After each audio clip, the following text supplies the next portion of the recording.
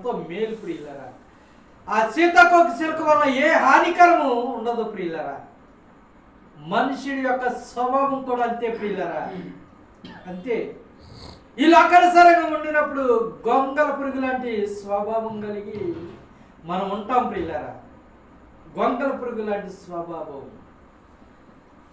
దేవుడి దగ్గరకు వచ్చినప్పుడు మన పాప శాప దోషాలు, మన అబద్ధాలు ఒప్పుకొని విడిచిపెట్టినప్పుడు ప్రియులరా సీతాకోక చిలకలా మారిపోయి ప్రతి ఒక్కరితోనూ మంచిగా మాట్లాడే మరి కృప వస్తుంది, మంచిగా పలకరించే కృప వస్తుంది, మంచిగా నడుచుకునే కృప దేవుడు మనకిస్తాడు ప్రియులరా.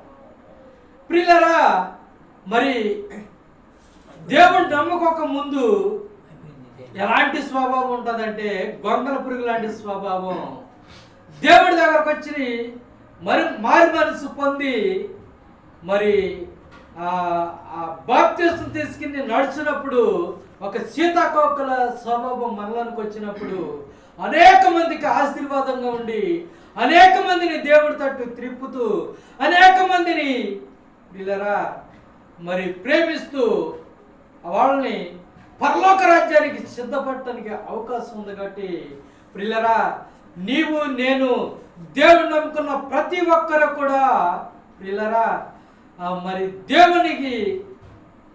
దేవుని దగ్గరికి అనేక మందిని తీసుకొచ్చేవారిలాగా ఉంటున్నామా, లేక మన పనులు మనమే, మన పనులు మనమే, మన